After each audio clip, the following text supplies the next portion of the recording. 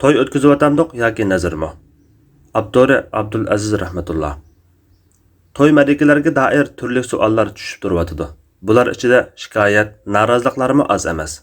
Ba'zida savol tariqasida, yana ba'zida to'g'risini bilib olish maqsadida so'ralgan bu savollar haqiqatan o'ylanishga tegishli masalalar bo'lib, amaliyotda shikoyat qilinayotgan masalalarning to'lisi yolg'iz savol so'rg'ishlarla emas, o'zimmi to'y to'ykunlarimizga ishtirok qilish jarayonida ko'rgan va his qilganlarim bilan o'xshash edi.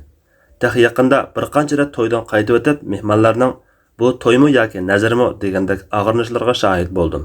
O'ylab qoldim. To'g'ri, to'y shodlik, xushallik izhor qilinadigan alohida ma'rakadir. Alloh taolami to'y to'ykun hayit bayramlarda xushallik, shodlik izhor qilishni yo'l qo'ygan. Bu sababdan to'y ma'rakalarda dabchilish, loyiqada naqsh tovlash payg'ambarimizning hadis sharifi bilan sunnat qilingan. Bu dinimizda to'y to'ykunning nazrdan qayg'uliq motam yig'ilishlardan farqlanib turishi kerakligini ko'rsatadi. Yaqinqi yillarda vatanimiz Sharqiy Turkistonda Xitoyning irqiy qirg'inchiligi yuqori pallaga chiqib, nurg'un oilalar urug' tuqqanlardan, farzandlar ota-ona, aka-uka, och-singillardan, do'st birodarlardan, ustozlardan ayrildi. Hamma sarson bo'ldi. Uchur aloqa uzildi. Qayg'u parishonchilik hammamizni bosdi. Shod-xuramlik tantanasi tetimaydigan bo'lib ketdi. Balkim buning ta'siri sababli to'ylarimiz ashundoq motam musibat jumbili ostida qolgan bo'lishi tabiiy. Buni har holda to'g'ri tushunishga bo'ladi. Ammo yuqorqidek og'rinishlarning kelib chiqishini, bo'libmi to'ylardagi jimjitlik, xushallanolmaslik va shodlik izhor qilolmaslik qatorliq ishlarni vatan, millat va urug' tuqqanlar qayg'usi sababdan bo'lmay, go'yo dinimizda to'y to'ykunlarda xushallik izhor qilish, shodlanish, naqshi musiqa qatorliqlarning cheklanganligidan shundoq bo'lyotdi deb tushunilgan bo'lsa, bunda xato tushunchani to'g'rilab olish lozim. Chunki bu ahvol motam chiroy to'ylarga qarta so'zlanayotgan shikoyat bo'lmasdan, mushu masaladagi shar'iy hukmni aniq bilmaslikdan iborat nadonlikdir. Shunimi unutmaylikki, butun millatimizni qirib tugutishni planlagan dushman muhojirat yashayotgan Sharqiy Turkistonliklarning ma'naviyati sog'lom, psixikasi joyida bo'lishni hargizmi xohlamaydi. Qayg'u bilan siqilish ichida tugash turishni ko'zlaydi va shuningga tinimsiz kuchmoqda. Gapimizga qaytsak, to'y to'ykun ma'rakalari shariat ko'rsatgan talabga loyiq bir qilib yoki o'lchamga tushmayotgan ahvol uzundan beri bor.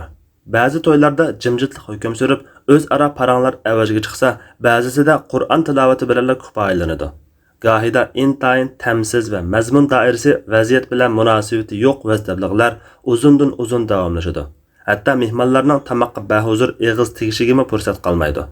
Yana ba'zisida bo'lsa, bir qism ayollar yarim yalang'och kiyingan holda erlarga aralashib hayosiz usullarni o'ynashadi. Mazmuni sog'lom bo'lmagan naqshlarni tovlashadi. To'yi bo'lgan qizni hijobsizla namahram erlar so'riniga boshlab kirishadi. Bu turlik nashayon qiliqlar hatto bir qism ahli ilmlarning diyonatli kishilarning sohibxonligidagi to'ylardami bo'lib qilyotdi. Alloh bizlarni isloh qilg'ay.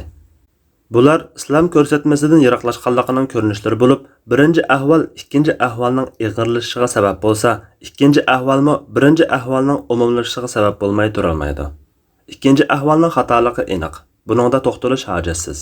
Ammo birinchi ahvoldagi xatolikda ishning xarakterida Qur'on tilovati yoki vastablig ishi bo'lganligi uchun ba'zilarning kallasini bir xil g'uvoliq, gunguliq qoplab, aniqsizlikda tang'arqab qolmoqda. Buning xatoligi shuki, islom yo'l qo'ygan to'y to'ykunlariga tashabbus qilingan shodlik, xushallikni izhor qilmay, faqatla vastablig qilish, to'yni bilib bilmay bir xil g'am qayg'uga aylantirishga uringanlik. Halvoga to'salgandek to'yni nazr matam qilib olganlikdandir. Shunga bu nuqtani aydonlikqa chiqarish har so'rinning xosligini saqlash zarurdir. İjtimoiy so'rinlar va uningdagi faoliyatlar qoida usullarni takrorlash ishila emas, u yana xalqning islomiy engini jonliq tutib turish, axloqini joriy qildirish va milliy an'anasini muhofazat qilish rolini o'taydigan muhim sahna. Shunga sahnaning bulg'anishi milliy ongning bulg'anganligidan, diniy ig'ishning bosh ko'targanligidan darak beradi. Bundaq ahvolda chiqayotgan masalalar vaqtida tuzitilmay, xato tushunchlar to'g'rilanmay mengiversa, dinmi, milliy an'anami zoya bo'lib tugaydi.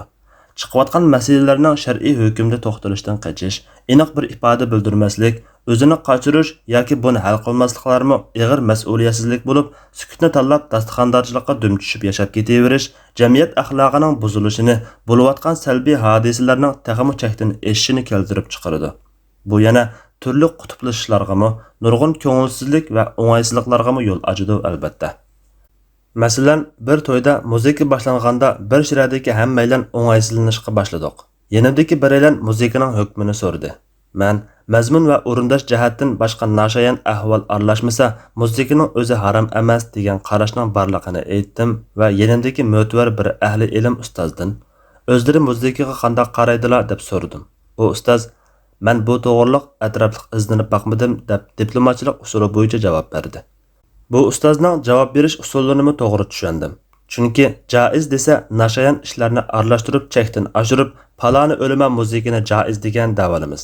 Yana ba'zi atalmish ahli ilmlar chiqib, uni pisqi fujurga yo'l ochib berdi deb to'yg'izadi.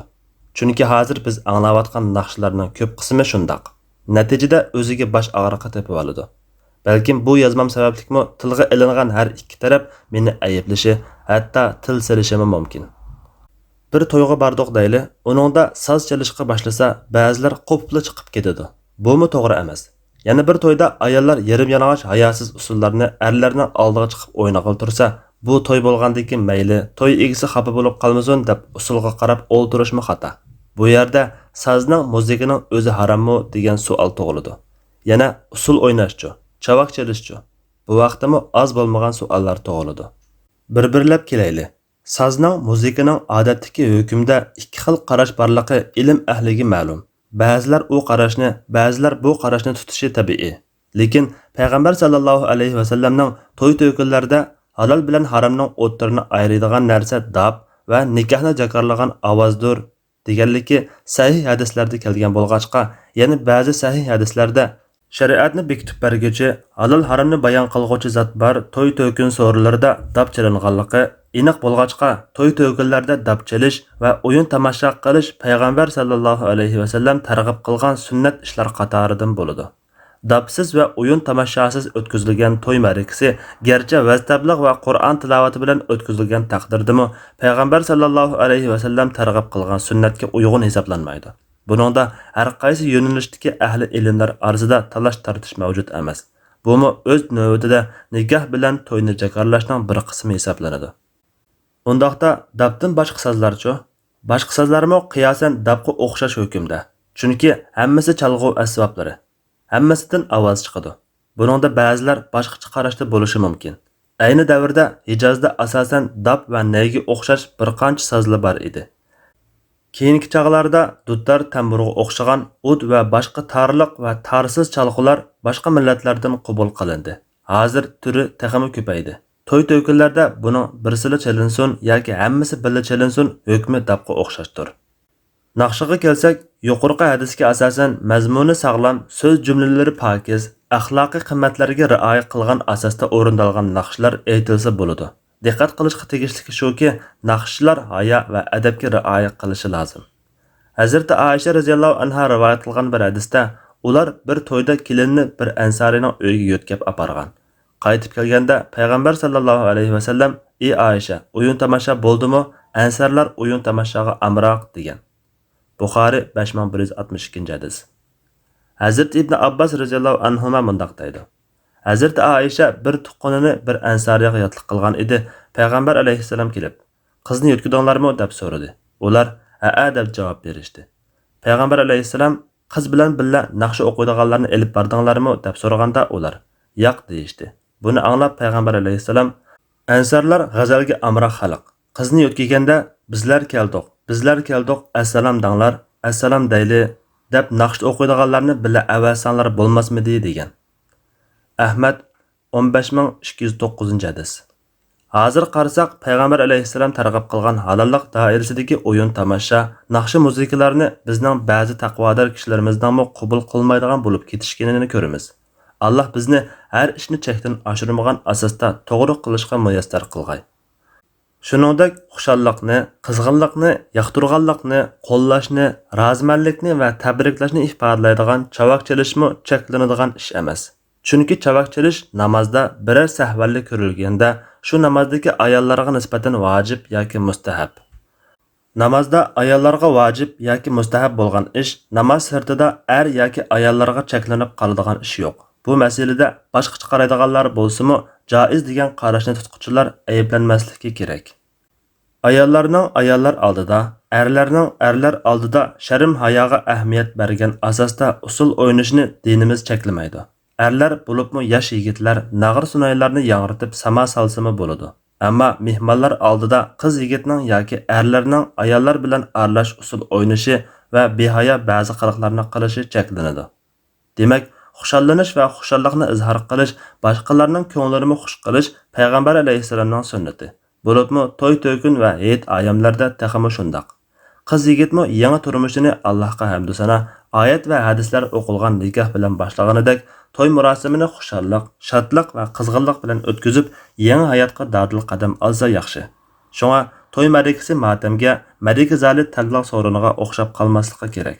Buningga diqqat qilganda, nadan kishilarning to'ylarda umrda bir bo'ladigan xotira kun nomi ostida gunoh ma'siyatga yetadigan nashayon ishlarni qilishiga yo'l qolmaydi.